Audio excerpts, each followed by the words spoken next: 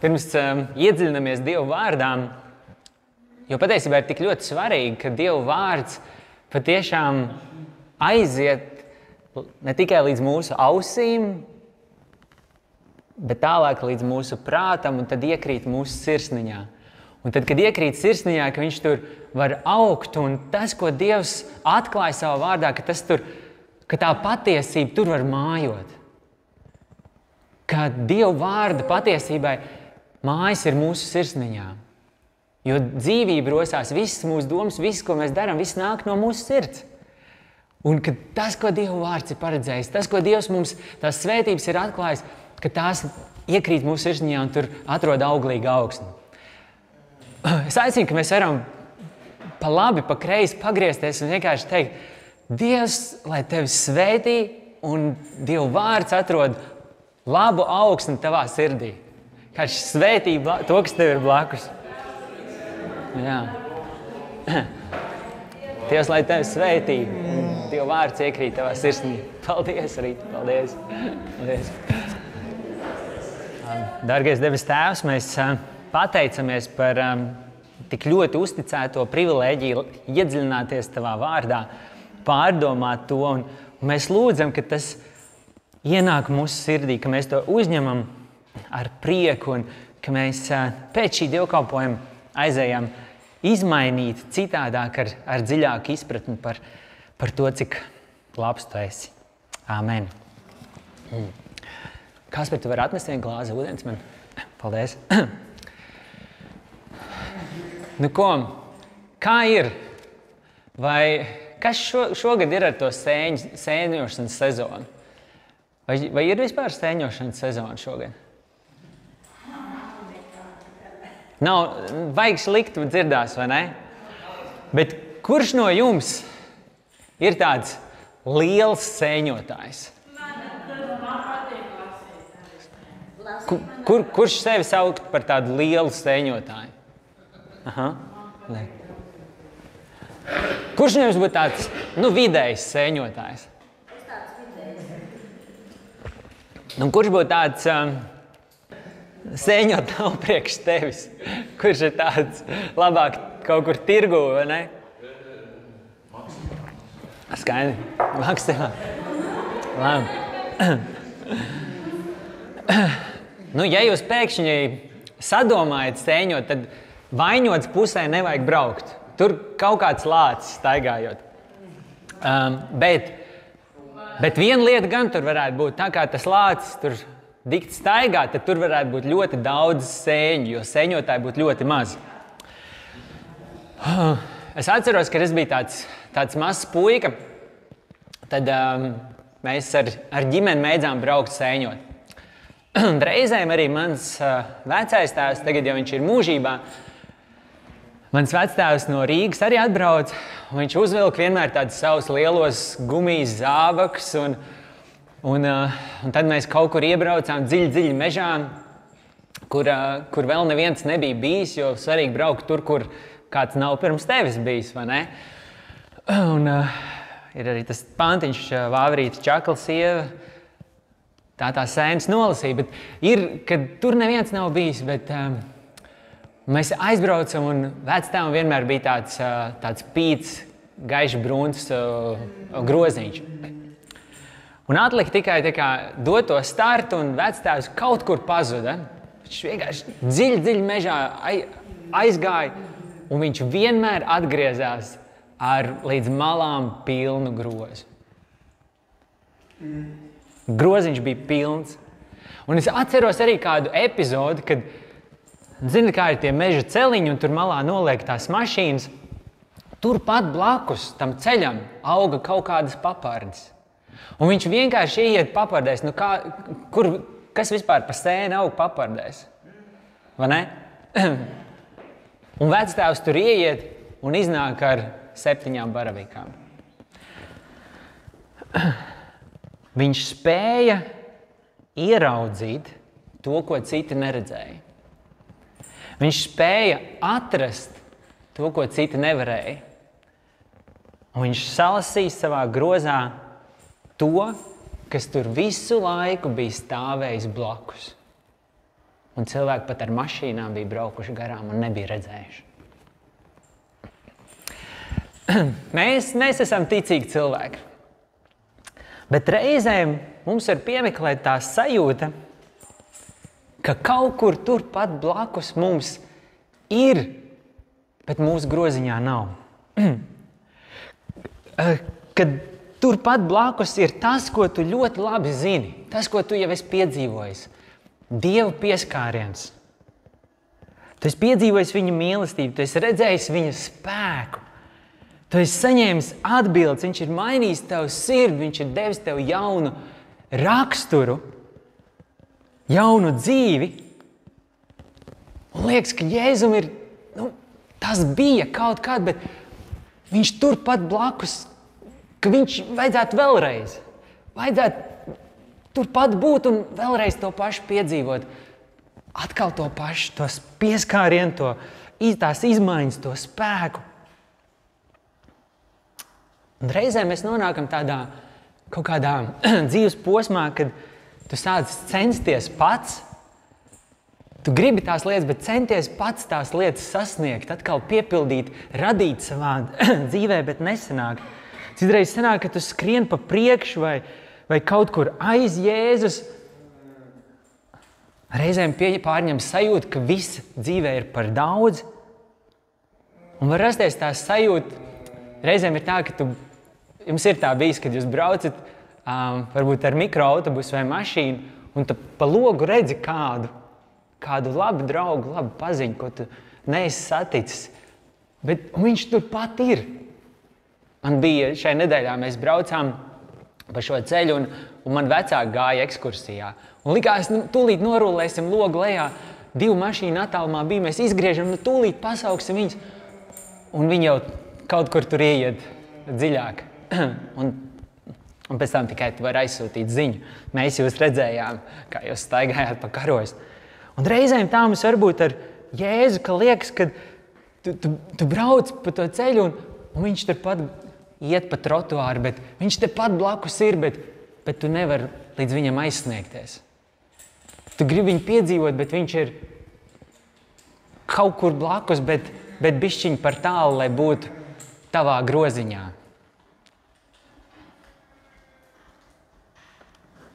Vai ne? Kā ieraudzīt, kā atrast un kā atkal no jauna dabūt to savā dzīvē, savā sirdī, savā sajūtās, savā garā. Viena lieta, ko mēs ļoti skaidri zinām, ka tā ir Dieva griba. Viņš grib būt tavā dzīvē. Tā ir viņa sirds. Ja viņš negribētu, tad mēs viņu nepazītu. Bet viņš grib. Atcerieties, ko pagājušajā svētdienā mēs runājām par tām svētībām, kas ir Kristu. Es tikai 3 no Efeziešiem 1. nodaļas 1. 14 pantiem. Kristu viņš ir svētījis mūs ar visāda veida garīgu svētību debesīs. Kristu mēs esam izredzēti, lai būtu svēti un nevainojami. Viņš jau iepriekš nolēmis, ka mums būs viņa bērniem būt caur Jēzu Kristu. Kādas lielas un varenas lietas. Un tā ir Dieva sirds, ko viņš domā un saka par mums, ko viņš vēlas. Un mēs vispār tur nekripatiņi neesam neko izdarījuši. Tās viņa domas, viņa sirds, kad viņš pirms pasaules radīšanas ir skatījies un redzējis mūs. Ar Dieva sirdi viss ir kārtībā. Tad varētu būt reizēm problēma mūsu pusē, vai ne? Ko tad mums darīt? Ko darīt, lai tas, ko mēs lasām šīs svētības, tās arī ietekmētu mūsu dzīvi, lai tās būtu klātesošas tādā pilnā mērā. Jo mēs taču negribam tikai kaut kādas 50% no Dieva klātbūtnes. Nu, varbūt pietiks ar 60, 70, kā jums liekas. Varbūt tā uz 90 kādiem izredzētiem. Nē, Dieva sirds uz visiem 100%. Kā tad to iegūt? Un šodien lasīsim tālāk no Efeziešiem 1. nodaļas, no 15. panta līdz beigām. Tāpēc Pāvils saka, tāpēc, ņemot vērā to, kas visi bija pagājušajā nedēļā, jūs varat izlasīt pirmos 14 pāns, viņš saka, tāpēc, dzirdēdams par jūsu ticību uz Kungu Jēzu un mīlestību uz visiem svētajiem, es arī nebeidzu pateikties Dievam par jums, pieminēdams jūs savās lūgšanās. Un tālāk kaut kas turpināsies. Vispirms jau tas, ko mēs varam no savas puses darīt, tas, ko efezieši dara, ir tas, ka Pāvils saka, es esmu dzirdējis par jūsu ticību uz Kungu Jēzu un par mīlestību uz visiem svētajiem. Ja tu tici uz Jēzu un parādi mīlestību uz visiem svētajiem, kas ir svētie? Mēs visi. Tas nav tikai svētais Pēters, svētais Jānis, svētais un visi citi. Mēs esam svētie. Visi kristieši ir saukti par svētajiem. Tā saka Dieva vārds. Tās ir divas lietas. Tic uz Jēzus Kristu un mīl citus kristiešus. Tās ir divas pamatlietas. Bet ar to vēl nav par maz. Ar to vēl ir par maz. Pāvils saka, ka viņš piemin viņus savās lūgšanās, aizlūgdams. Un vārds aizlūgdams parāda to, ka tas ir tāds ilgstošs, nebeidzams process. Viņš lūdz, lai kaut kas, par ko mēs uzzināsim, kādas īpašas svētības ienāktu kristiešu dzīvē un būtu viņa dzīvē klātesošs. Ko tad viņš lūg? Kas ir tās lietas, ko viņš lūdz? 17. pantā. Aizlūgdams, lai mūsu Kunga Jēzus Kristus Dievs un godības pilnais Tēvs jums dotu gudrības un atklāsmes garu, lai jūs labāk viņu izprastu. Pirmā lieta, ko Pāvils lūdz par ticīgiem cilvēkiem, ir, lai Dievs viņiem dotu gudrības un atklāsmes garu, lai viņi labāk izprastu viņu. Un man ir tāds jautājums, vai tā būtu arī mūsu numur 1 lūgšana, ko mēs lūgtu par kādu citu vai par sevi? Ko mēs parasti lūdzam? Kādas ir mūsu lūgšanas? Kāds aicina tevi, vai tu aizlūgsi par mani, vai tu iedomājies par kādu tu mīļu cilvēku, vai atceries varbūt kādu māsu vai brāli no draudzes, vai atceries mani, un kas būtu tā pirmā lieta, ko tu lūgtu? Vai tā ir ļoti maza lietiņa, svarīga, bet tā ir ļoti maza. Bet Pāvils redz, viņš saka, lai Dievs dod garu, kas vēl labāk atklāja Dievu, ka tu spētu izprast Dievu. Un redzi, draudzē mēs varam runāt, piemēram, par attiecībām. Ir ļoti labi runāt, kā labāk sadzīvot un būt draudzīgiem, pacietīgiem. Draudzē var runāt par ģimenes vērtībām, arī labas lietas. Draudzē var runāt arī kā tādi psihologi, kā kaut ko izprast un analizēt. Bet par to runā arī visu kaut kur citur. Bet tikai draudzē tu vari runāt un dzirdēt par garu. To, ko tu neredz, bet to, kas ir.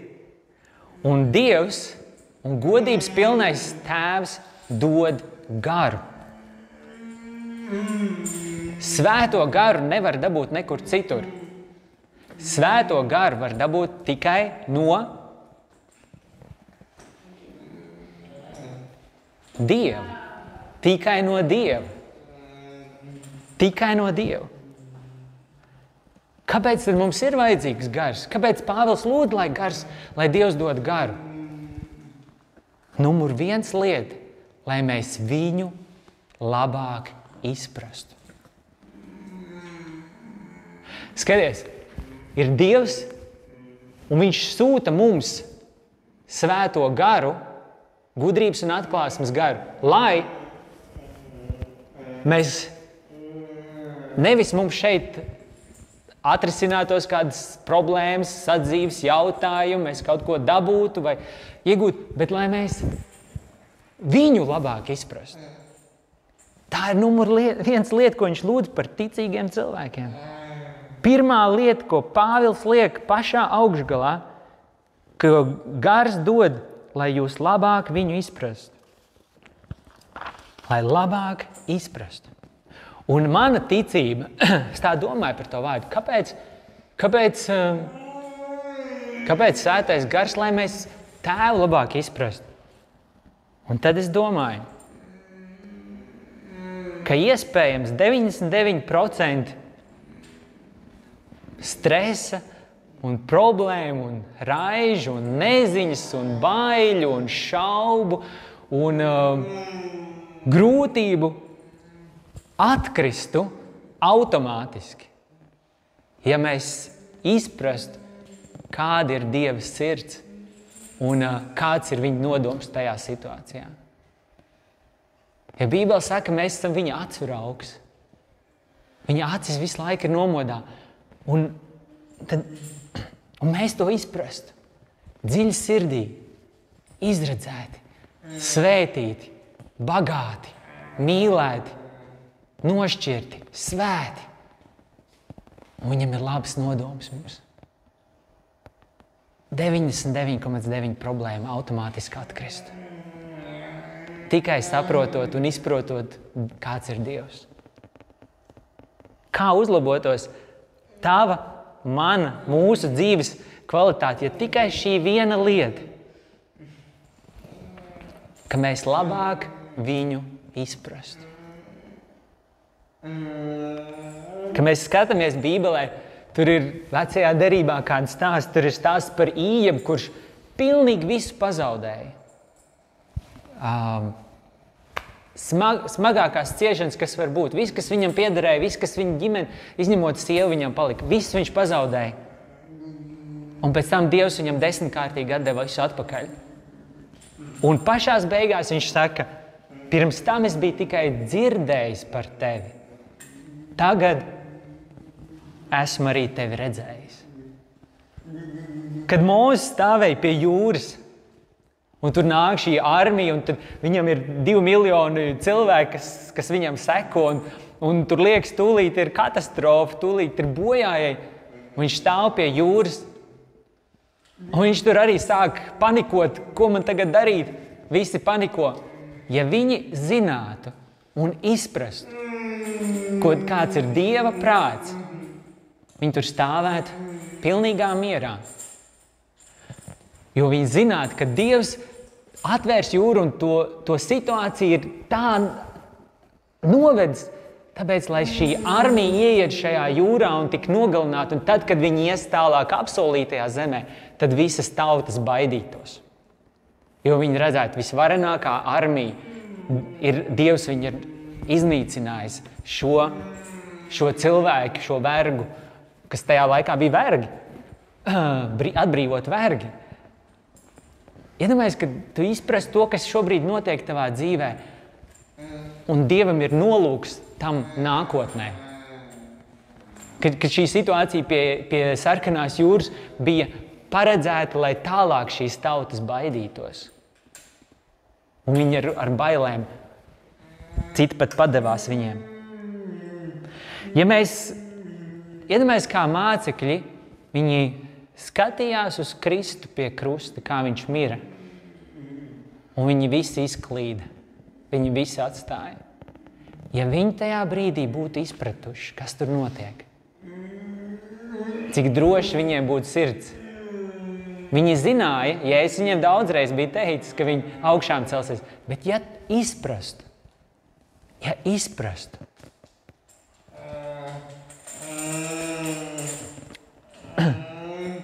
vēlāk Jēzus atdarīja viņu acis. Dievs grib, ka ticīgs cilvēks viņu izprot, nevis akli maldās. Dievs grib, ka tu izproti viņu, nevis akli maldies. Un es nesaku, ka tu maldies, bet arī Pāvils lūdz par ticīgiem cilvēkiem, lai gudrības un atklāsmes gars nāk un viņi vēl labāk izprast. Vēl labāk. Un tad ir otra lieta, ko Pāvils lūdz. Mums latviešu tulkojumā mazliet tā nepareizi ir iztulkots, tur teiks, latviešu tulkojumā ir apgaismotas gara acis, bet precīzāk būtu apgaismotas sirds acis. Un sirds ir tā mūsu centrālā būtība, ar ko mēs pieņemam lēmumus, no kurienes nāk tāda dzīvība, kas ir, varētu teikt, tādā mūsu sirdī. Un par redzi es varu daudz ko pastāstīt. Kā ir, ka tu vari kaut ko redzēt, un kā ir, ka tu slikti kaut ko redzi. Bet par to es daudz nestāstīšu, bet es zinu, ka reizēm vecmāmiņas saviem mazbērniņiem saka, bērniņi, tev tāds gaišāks actiņas, iever diedziņu adatas acī, vai ne? Omītis tā reizēm saka. Ko nozīmē tās gaišās actiņas? Ka viņas tā kā gaišāka acu krāsa labāk redz, vai ne? Un Pāvils, viņš saka atkal tādas vairākas lietas, ko viņš lūdz. Viņš lūdz par mūsu sirds acīm, lai mēs ar sirdi varētu redzēt. Lai mūsu sirds nav tāda aptumšota, ka mēs neko neredzam, nevaram to diedziņu ievērt, bet ka mūsu sirsniņa ir tāda gaiša. Un ko tad viņš saka? Aizlūgdams, lai Dievs dod jums apgaismot sirds acis, lai jūs zinātu, kādu cerību dod viņa aicinājums.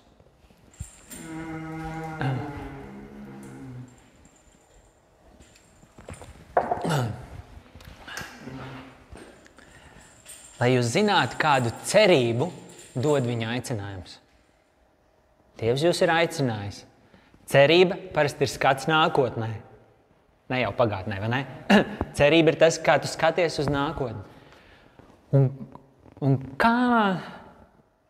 kāda atšķirība ir, kad cilvēkā ir cerība un kad ir pilnīga bezcerība? Tas ir kaut kā sejā ārpusē nolasāms.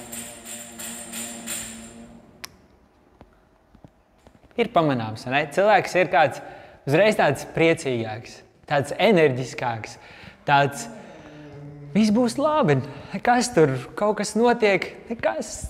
Viņš smaida un viņam ir cerība, skats uz nākotni. Bet reizēm var arī būt tā, ka ir varbūt kādi kristieši, kas ir tādi nospiesti un tādi bezcerīgi un nav tāds smaids. Un varbūt dzīves situācijas, varbūt. Bet arī Pāvils, viņš tajā brīdī saka, viņš ir jūs važās slēgtais cietumnieks. Viņš sēž cietumā, viņš saslēgts ticības dēļ. Un viņš raksta, es aizlūdzu par jums. Es domāju, ka viņš tur sēž tajās cietuma cellēs, tajos kambaros, un viņam ir tik daudz laiks bijis kopā ar Dievu, un viņa ir vienkārši tas svētā gara tāda atklāsme.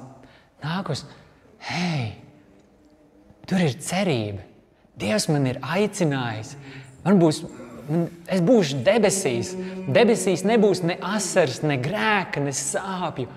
Jēzus ir ar mani. Skats uz nākotni ir pozitīvs. Joprojām viņš ir saslēgts. Varbūt tumšā pagrabā, mitrā, akmens grīda. Viņš saka, cerība. Un tad mēs varbūt esam uz mīksta dīvāna, siltā dzīvoklī. Mēs braucam ar riteni vai braucam ar mašīnu. Un Pāvils saka, mums arī ir jābūt cerībai. Mums arī, jo mums ir tas pats Dievs. Lai jūsu sirsniņā ir tā gaisma, un jūs varat skatīties ar cerību uz rītdienu. Skats nākotnē. Kādu cerību dod viņa aicinājums. Tur ir cerība. Dievā vienmēr ir cerība. Ja tev pazūd cerība, tad nāc pie Jēzus. Tev atjaunosies šī cerība, tev atjaunosies šis prieks, tev atjaunosies šis priecīgais skats uz nākotni. Vienalga, kas arī notiek. Pāvils lūdz arī otru lietu. Un kādu godības bagātību viņš savējiem liek iemantot. Tā ir otra lieta, kas nāk no sirds, kad godības bagātību viņš savējiem liek iemantot.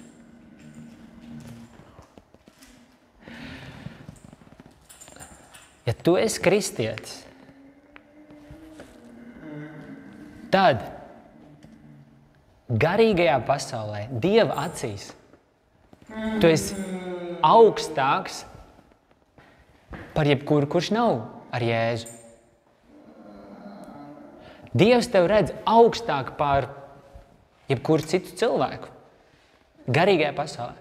Bībele saka, ka tu esi arī augstāks par eņģeļiem. Mēs beigās tiesāsim eņģeļus. Dieva vārds to saka. Godības bagātība. Godības bagātība.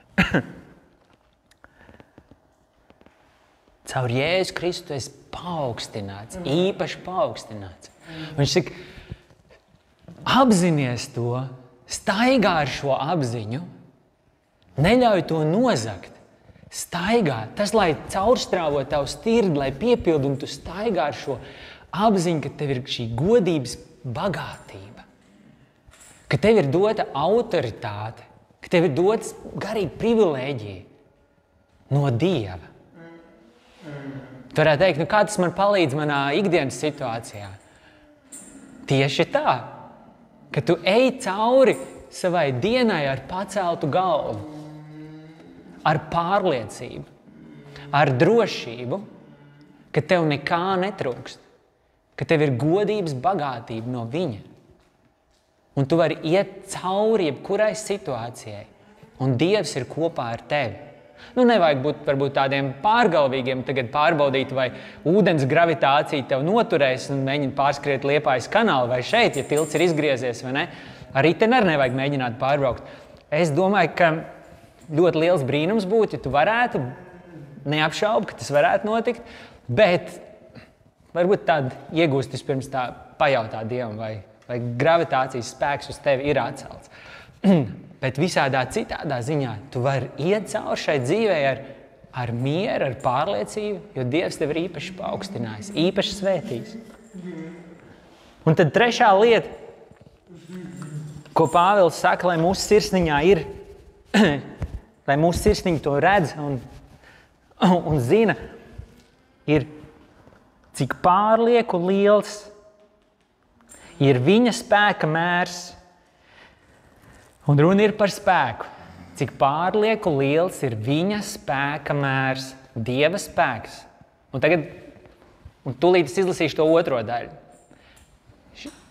Bet vispirms, ir Dieva spēks, kas ir jau pie jums. Bet tagad es pastāstu tā otru daļu, es izlasīšu, cik liels ir šis spēka mērs. Cik liels. Un tas nav tikai šajā rakstvietā, ir arī citā. Klausieties uzmanīgi. Cik pārlieku... 19. pants.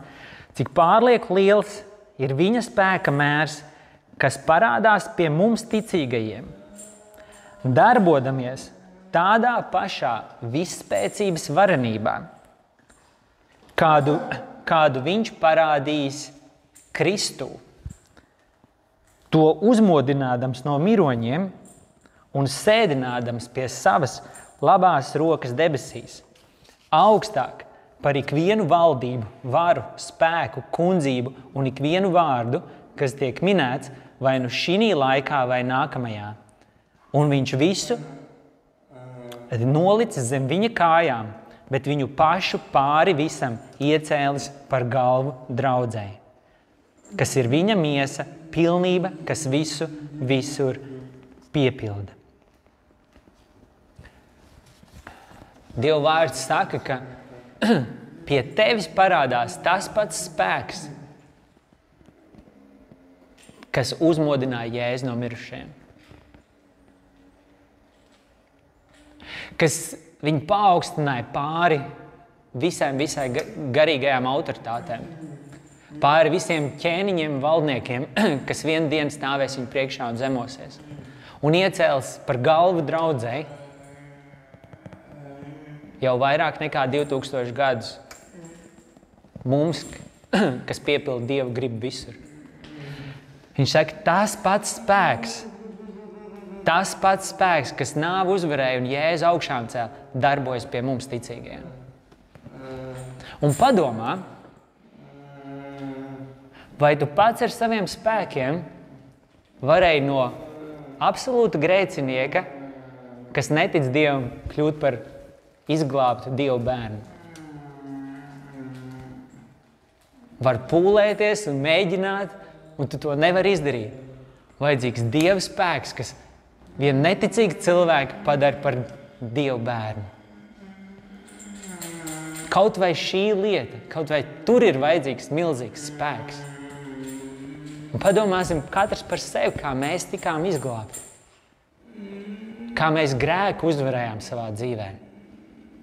Ne jau saviem spēkiem, ne jau savu disciplīnu, bet Dieva spēks ļāva izmainīja mūs, ka mums vairs nekārojas kaut kas negribas, kaut kur nevelk, kaut ko mēs nedarām, bet gribam darīt viņa prātu.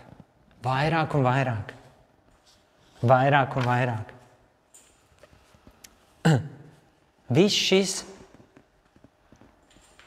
kas parādās pie mums ticīgajiem.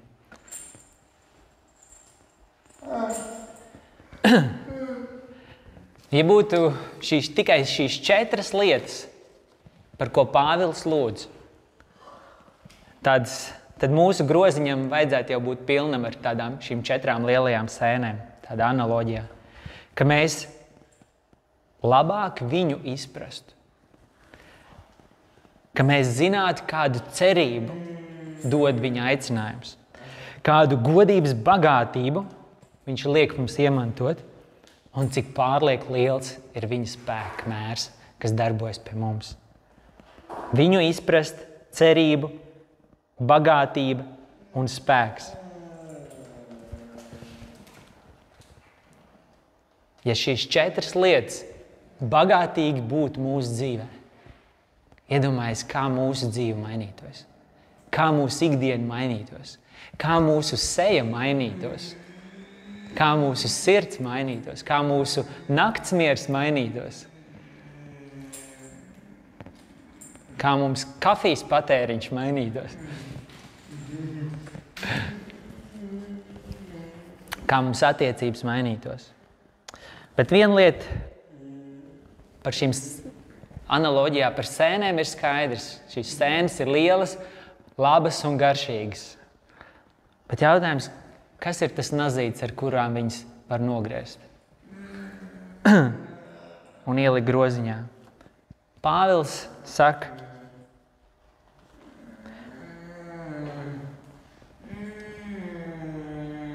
ka viņš aizlūdz. Un šī atslēga ir aizlūgšana. Šī atslēga ir lūgšana, ka tu lūdz, lai viņš dod šo, un tu vari arī lūgt pats par sevi, tu vari lūgt par kādu savā ģimenē, kur tu gribi redzēt izmaiņas dzīvē, tu vari lūgt par brāļiem, māsām, lūgt, lai Dievs dod gudrības un atklāsmes garu un apgaismot sirdi, ka mēs varētu zināt. Un viss. Tur arī viss noslēpums. Tik vienkārši. Aizlūgšana.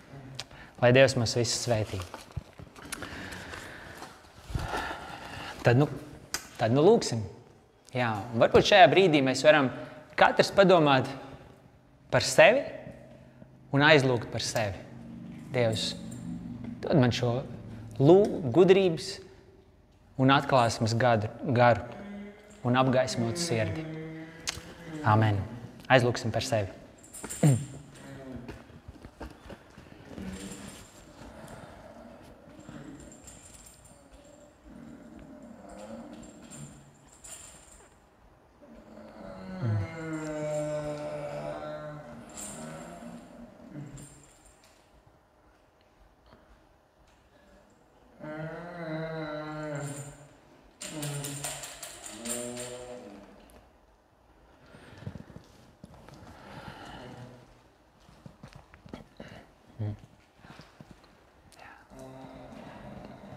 Jā, kungs, es lūdzu par sevi un par katru no mums, un katru arī, kurš skatās un klausās.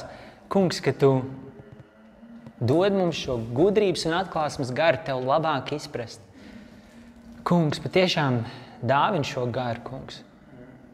Dod, ka mēs kā ticīgi cilvēki varam Dievs tevi labāk izprast, lai piedzīvot tevi, lai saprastu tevi, lai redzētu lietas, kā tu redzi, kungs.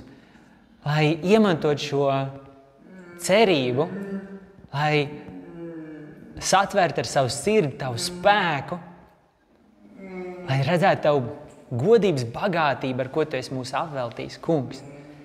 Kungs, kad ar to būtu piepildīt mūsu sirds un mūsu prāts, kungs, un pār visam, kungs, ka mēs plūst savā pateicībā par to, cik brīnišķīgi, kungs, tu mūs esi svētījis. Cik tu esi brīnišķīgs Dievs, ka mums nekā netrūkst. Paldies, Dievs, ka tev ir ļoti labs sirds uz katru no mums. Lai tavs vārds tiek pagodināts. Amen.